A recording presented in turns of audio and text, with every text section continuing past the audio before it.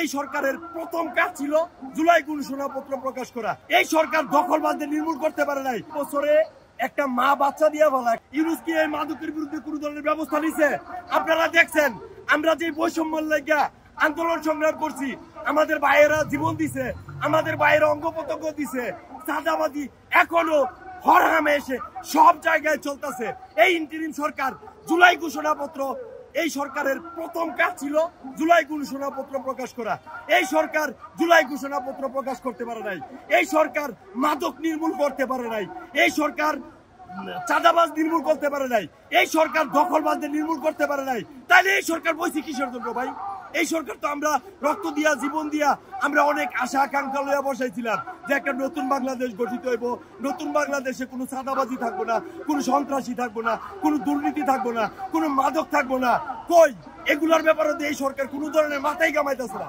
এই আন্দোলন কি রাষ্ট্রের পক্ষে করলাম না রাষ্ট্রের বিপক্ষে করলাম? জুলাই ঘোষণাপত্র না দিলে আমরা এটা শিওর হইতে পারতেছি না।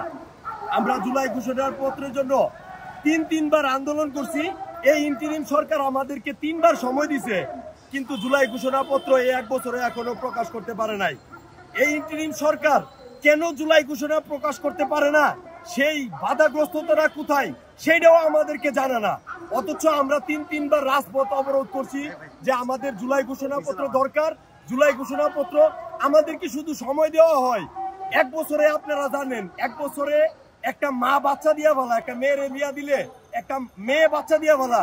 এই 1 বছরে ইন্টারিম সরকার এখনো পর্যন্ত জুলাই ঘোষণাপত্রটাই প্রকাশ করতে পারে নাই।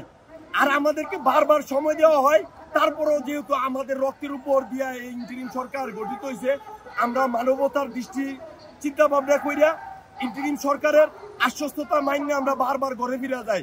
কিন্তু আপনারা দেখেন আমরা যখন শাহবাগে লাস্ট আন্দোলন করি 30 কর্মদিবসের সময় দিয়েছিল, কই জুলাই মাসের তো এই 30 কর্মদিবস পার হয়ে গেছে গা। ইন্টারিম সরকার তো এখনো পর্যন্ত জুলাই ঘোষণাপত্র প্রকাশ করে নাই।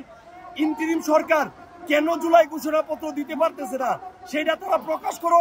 কোন জায়গায় তাদের সীমাবদ্ধতা তারা সেটা আমাদেরকে জানাক যে আমাদের এই সীমাবদ্ধতা আছে, আমরা এই সীমাবদ্ধতার কারণে জুলাই ঘোষণা প্রকাশ করতে পারতেছি না। তাও তো আমরা বুঝতে পারি। আমাদের আবু সাইদের মুগ্ধর আরো যতগুলি শহীদ হয়েছে ভাইয়েরা আমার 14 থেকে 1500, আর আহত হয়েছে আমাদের 50 থেকে 60,000। সবাই দাবি আদায় করে এখান থেকে জুলাই ঘোষণাপত্র নিয়ে তারপর আমরা রাজপথ থেকে ছাড়বো ভাইয়েরা।